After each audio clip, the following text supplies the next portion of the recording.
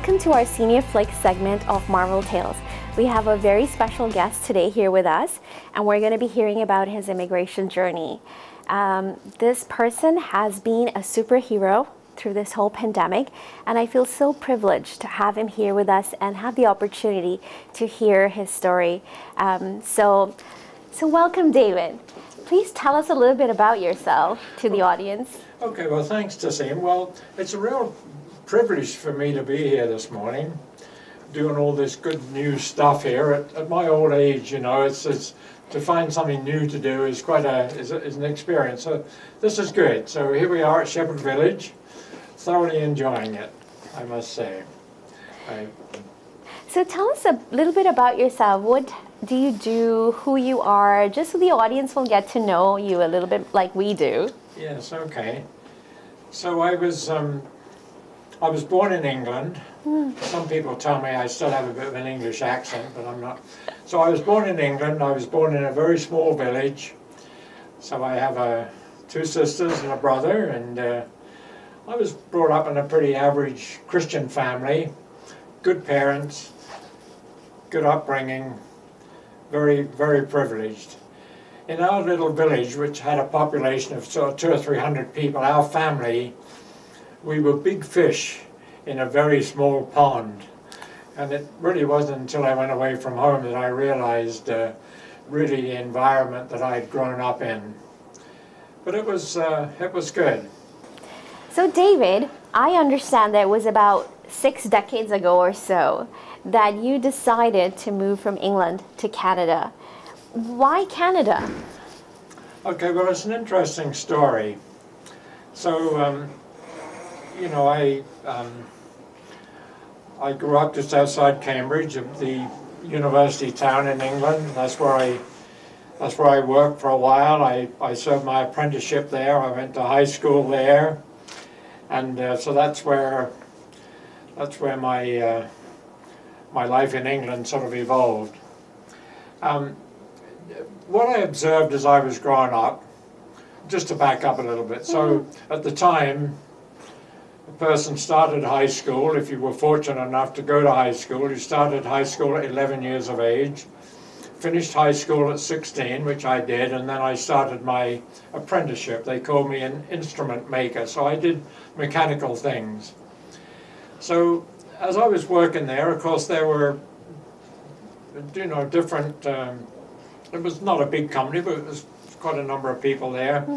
And one thing I remember was that some of the fellows I worked with, they were getting near retirement age. And what they did, what they needed to do at the time, was to have a second job in the evening. So they would spend their whole day at work, and then they'd get on their bicycle and go right over to the university, and they would serve in the dining halls there, serve the students there.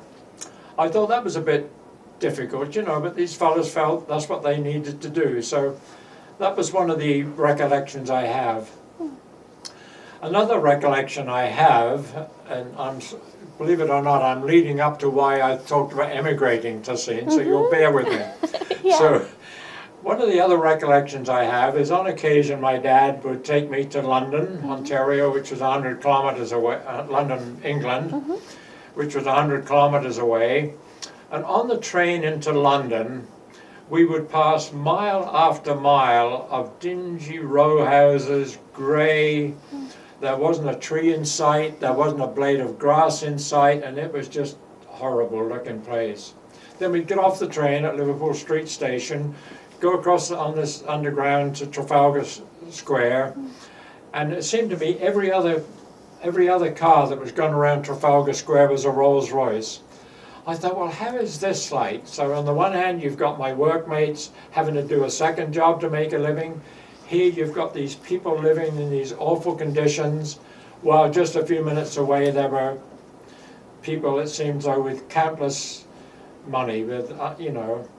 And so I thought, I wonder if this is as good as it gets. I wonder if there's something better system than this. So that was a bit of, that sort of influenced my thinking. So but this time I finished my apprenticeship. I'd been in the Air Force for 2 years and while I was in the Air Force, I met my wife-to-be, and she suggested about emigrating. So I thought, well, that would be a good idea. So I latched onto that. We talked about Australia. At that time, you could get to Australia for the equivalent of $25, but that was a long way from home. So we said, well, Canada would be good. So that's what we decided on. So we hopped on the ship in Southampton, England, and went across the Atlantic and ended up in New York City and on the train to St. Thomas down in London. And so that's where we began our life in Canada. So that was sort of the motivation anyway, Tahseen, why the notion of emigrating. Again, we wondered perhaps in the new world whether there was something better than in the old world. It turns out that was a good choice. Yes. No question about it. So when of course, this was in 1957. David, that's so fascinating to be able to take this new step and go into a new world. I'm just trying to put myself in your shoes. So you and your wife, you come in and you step into London, Ontario. That's your first phase to Canada. Tell us a little bit about that. What was that? Like new country, new city, your new journey. Talk about that a little bit with us. Yeah, it was fascinating looking back. Of course, back then I was 24 years old. So I didn't know then what I didn't know, frankly. But anyway, that was all good. So my early impressions were the language was English, but it was a different English. Right. I remember an immigrant from Germany teaching me how to speak Canadian English, which I thought was quite hilarious. I learned some new words which I didn't know, like when they posted up the notice about the company picnic, they talked about diapers. I had no idea what a diaper was. It was a nappy where I came from. So anyway, there were things like that. But when you're young, you're sort of pretty pliable, and this was our choice. So this it was an interesting experience. One of my first recollections was being taken up to Lake Huron. And getting an almighty sunburn, because in England there really wasn't that much sun. And so that was one experience I had. I've said to people that on average in Canada our climate is perfect. Half the year it's too hot, the other half is too cold, so on average it balances good. out. So that was anyway, that was one of my recollections there. So anyway, I was very fortunate that God has blessed me in so many ways. Practically the day after I arrived almost, I had a job. I got a job, and they paid me the princely sum of $1.25 an hour. But anyway, it was a job, and so in looking back on some of the financial stuff, and I'll just refer a little bit to my notes here so I get the answers right. So I made $1.25 an hour.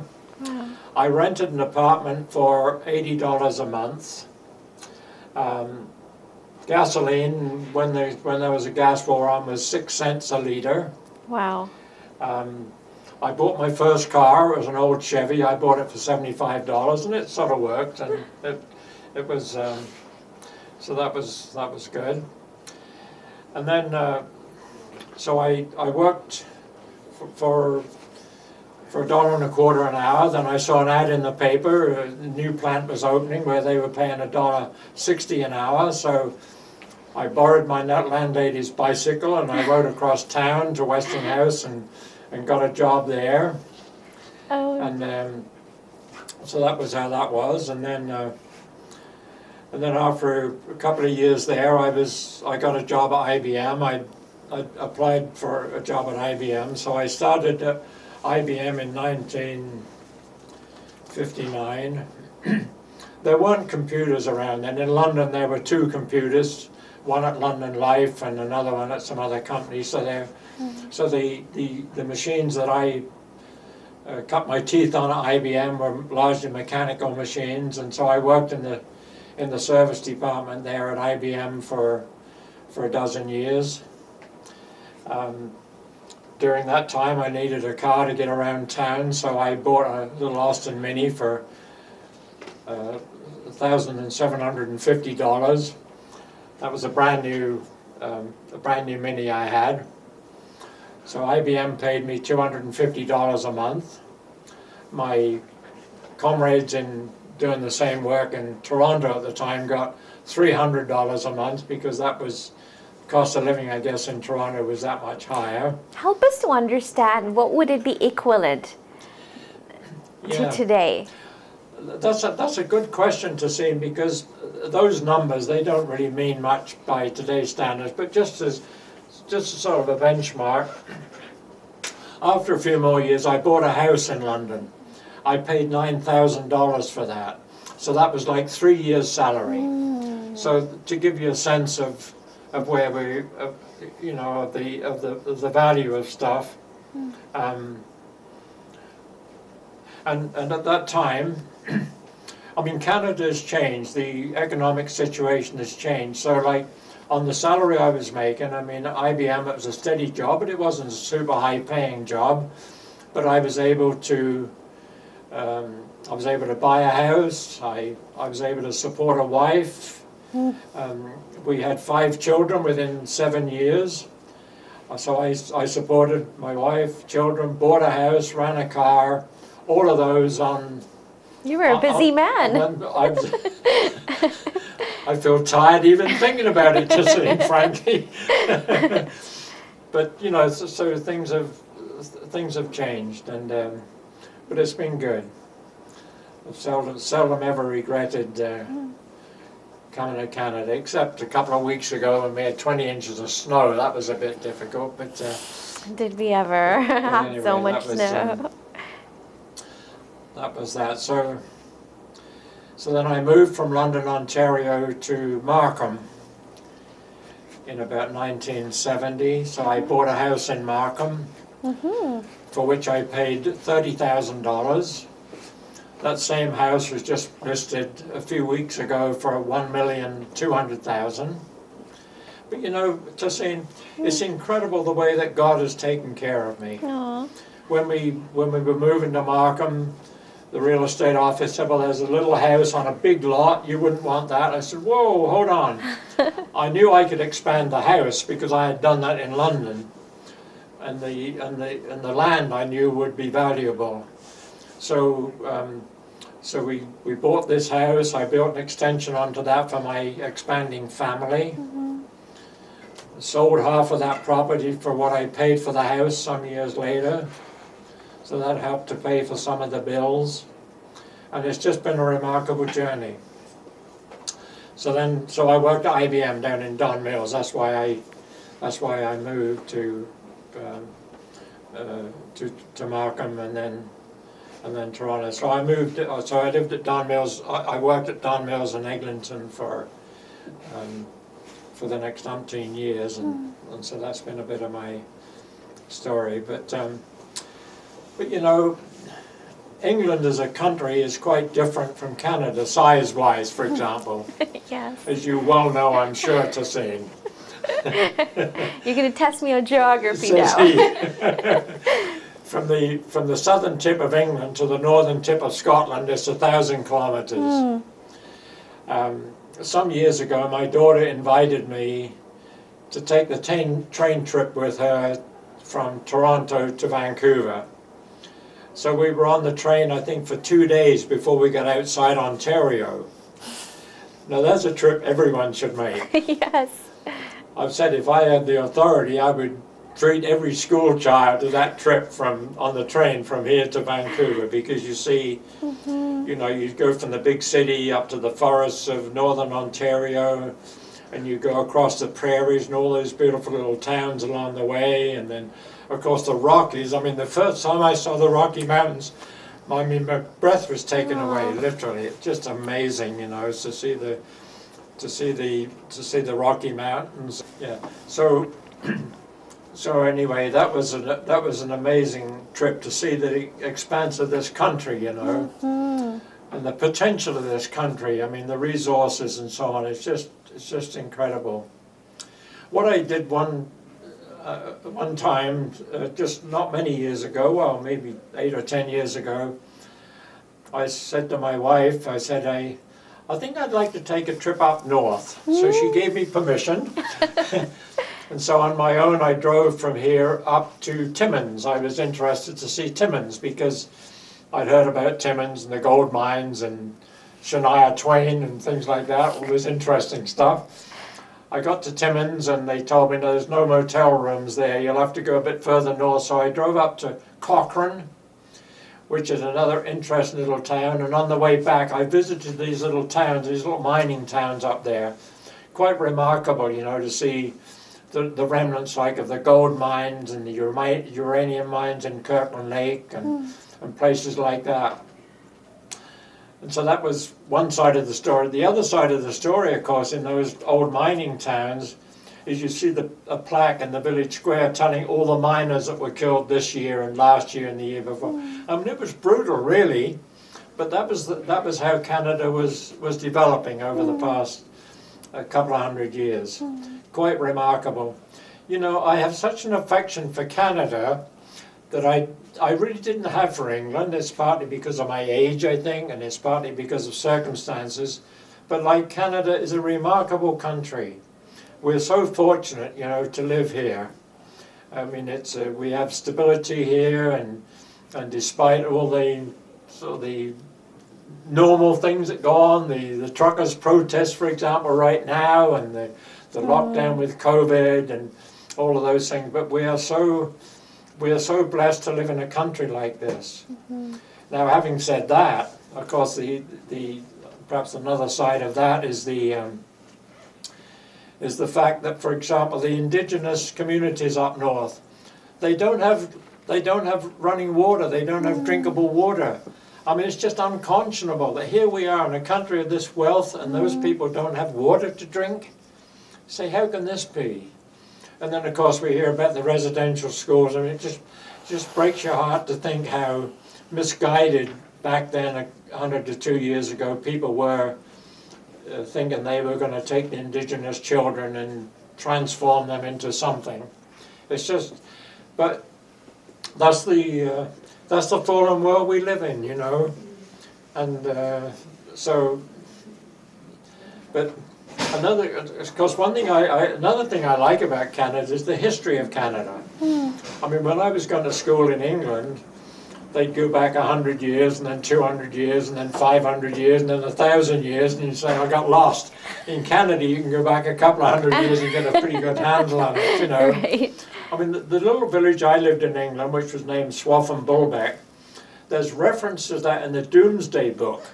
Now, and I don't know much about the Doomsday Book, but I understand the Doomsday Book was sort of a historical record that was written about 1,000 years ago, and the village I lived in was mentioned in that Doomsday Book. Isn't that so fascinating? the street that my parents' house was on, that's been there for 1,000 years. Wow. I mean, but you know, having said that, I didn't get the feeling for England that I have for Canada. I feel I've contributed somewhat to Canada. I mean, my wife and we arrived here with $200 between us, and now by God's grace, I've got 5 children who are doing well. They're all earning a living, they're all contributing, and so here we are. So, yeah. David, that's beautiful. Thank you for sharing that. Like, as I was listening to you, I just really felt that very loud and clear that Canada truly became home. That's right. You have its pulse, its heartbeat, its cries, things that, you know, are probably neat. We could do better. I can hear that in your voice and in as you were sharing your heart. Canada, it has become home to you. And you know, Tahseen, when I was growing up in Sunday school, we used to sing that little song, red and yellow, black and white, all are precious in His sight. And you know, when I was in Cambridge, we saw foreign people there because of the university, but in the village I lived, there were no foreign people, you know. But here we are in Canada. I mean, even if I look around the room here, like we're from away somewhere, aren't we? I think, you know. So the notion of red and yellow, black and white, all are precious in His sight. In Canada, I thank God that, that our government does a good job, and I don't know if I have a very good view of it, a good job of sort of including people in all the walks of life. I mean, gracious to see, and we even have a lot of ladies in Parliament now, for goodness sake. I mean, can you imagine? It's time, right? Yeah. So it's a good one. I'm more than happy to be living in the new world. It's a privilege.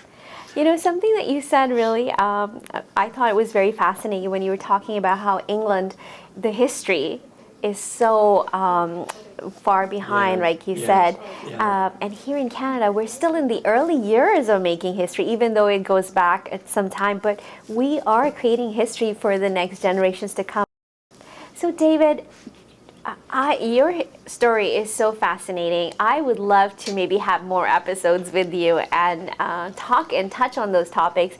But for today's episode, I want to ask you, what would be the one thing you want to leave our audience with? I know the last 2 years with the pandemic has been so rough on all of us, and maybe how you've coped in through this journey, and what God's been, how God has helped you through that. Yeah.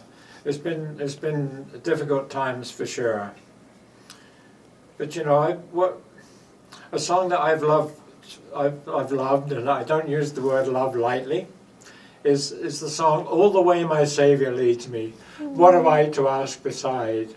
Can I doubt His tender mercy, who through life has been my guide?" As I look back, it's easier to look back and see God's leaning, I think, than to look forward. You look forward and you say, I'm not sure where this is going. But one of the benefits of being older is that I can look back on. Pastor John the other day announced that I had a 109th birthday. He was off by 2 decades. I'm only 89. So Tahseen, I've got 89 years to look back on, and so that's one of the privileges of being older. You've got more. So reference points, if you like. So all the way my Saviour leads me. What have I to ask beside? That is beautiful. That is beautiful. Thank you so much, David, for being on the show today, for sharing your story. And I felt like you took us with you in that journey of traveling from England, coming to Canada, making Canada home. And now we are here in 2022. And God has been your strength and the writer of your journey. So thank you so much for sharing this with us. And we would look forward to having you again with us. And I'm sure there are a lot of topics that we can talk about. And thanks for the opportunity to say it's been a privilege. It's been a privilege, an honor for us. Thank you, David.